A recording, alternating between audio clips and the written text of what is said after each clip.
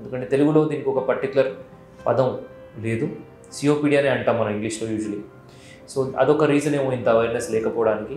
ఈ వీడియో యొక్క ఉద్దేశం ఇలా ఒకటి ఉంటుంది, గమనించండి, దాని ఇంపార్టెన్స్ గ్రహించండి, డాక్టర్ని కన్సల్ట్ అవ్వండి, హ్యాపీగా ఉండండి.